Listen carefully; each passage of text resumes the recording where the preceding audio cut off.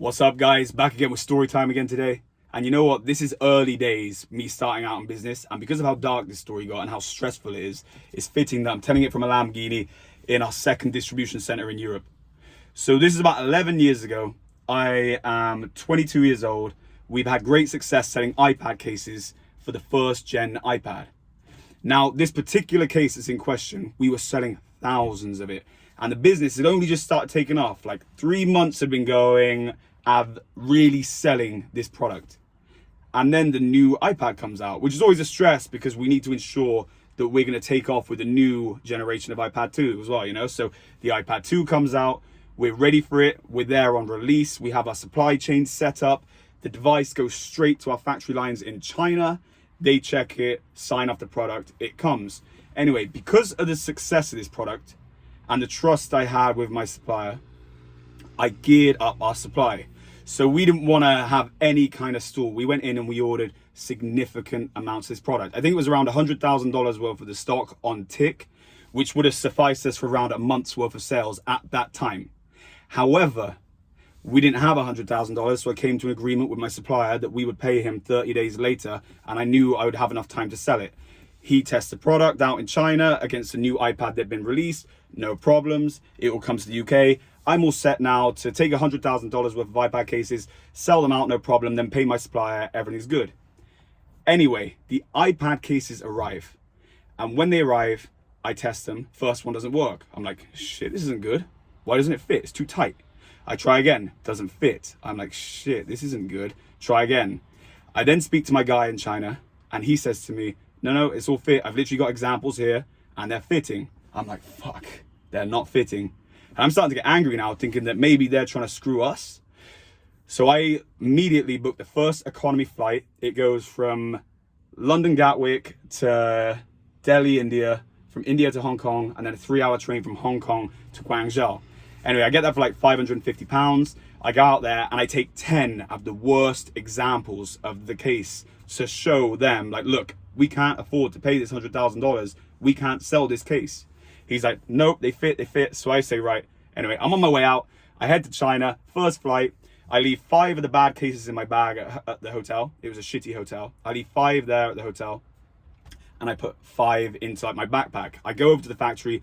I'm sat at this big ass desk, and it's quite intimidating as well. I'm like 22 years old, some old boy running a factory. And he's like, right, show me which ones that don't fit. So I hand him the 5 cases. In front of me, they all fit. And I'm like, fuck, I don't know what to do. And I'm out of my element. I owe them $100,000 and I'm out in China. And this is my second time out in China right now. I don't know if I'm gonna get chucked in a van. I don't know like what the situation is. I don't have any dealings with this culture. I mean, I'm experienced now, but at that point, I didn't know, like, am I in the Wild West here or not? Obviously it's fine, but at that point I'm stressed. Anyway, I then say, bullshit, they did not fit. I tried all those. I was like, come back to my hotel. I thought you might try and do this. Because I was like trying to cover every angle in case they tried to switch them. Because I knew that it was in no one's interest to give a $100,000 refund, you know, or negate a $100,000 debt. So I'm like, come back to my hotel room. I've got examples and I know these ones don't work. Anyway, we get there and all of them fit. And I'm like, holy shit, this is not good. I'm stressed and I can't for the life of me work out. And all I remember is thinking, like, every time I tried these at home, none of them worked. Anyway, I'm there, sat in my hotel, and my supplier rings me up. And obviously I'm in China. I can't even afford a flight back at this point. Not really. I think, well, I'll get into it into a second. He says to me, I need money. We can't afford to continue to go. You need to pay me now. I'm like, shit, we do not have $100,000. I ring back home and I'm scraping together. But amongst our work, what we can sell, what do we have, I can roughly get together about $12,000. I give him $12,000 that night. Like, yeah, I can get that to you. And I was like, I get the rest to you when I get home. Just because I want to keep the wolves away from the door and make sure they didn't get chucked into a van or something. Because $100,000, I mean, fuck knows what someone will do to protect the $100,000, right? You don't know the lengths of what someone would do. So I'm shitting myself. It's just like, what can I scrape together? What can I do just to stop these people being mad at me? Anyway, $12,000, 2 days out. I'm on a flight back home and I'm thinking, right, okay, if everything goes wrong, at least I'm away from the danger right now. Anyway, I get back home and the same iPad cases I've got in my bag now don't fit again. I'm like, what the fuck? So I get a hairdryer and I hairdry all of the cases, and when they're warm, they fit. It was the humidity in China. So anyway, I sent a video to him. He says, well, can't you wait till summer? I said, no, our customers don't want cases that only work in the heat. So I was like, we can't sell these. He's like, well, they're no good to me. They're no good to you. We come to a compromise. He says, right, I'll eat half, you eat half, and you give me 6 months to pay. And this is the caveat to it. Right before that problem, we thought like, wow, we fucking found cases of making money. We're making loads. This is great.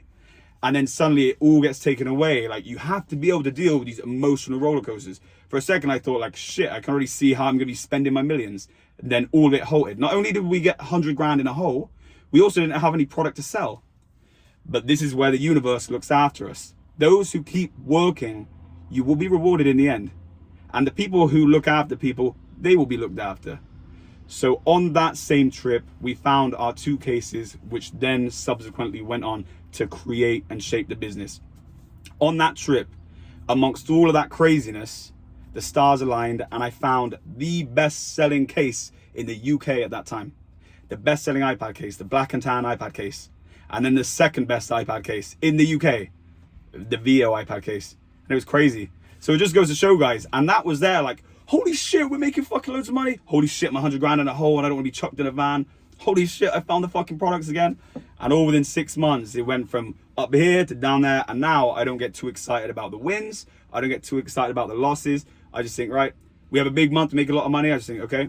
We have a bad month, we lose a lot of money. I think, okay. Because you can't let your emotions run on that. And I got taught very early, because otherwise you're running to the bank. Like, yeah, I'm so happy, it's fucking worked. And then it goes bad. And then you beat yourself up too much. But if you don't take the wins too heavily or the losses too heavily, you're good. That's what you need to do. Exercise emotional control at all times and just focus on what you can control. The rest works itself out. Anyway, guys, subscribe to the channel, follow me on IG, James X Show. Let's get it. I'll make you top tier men.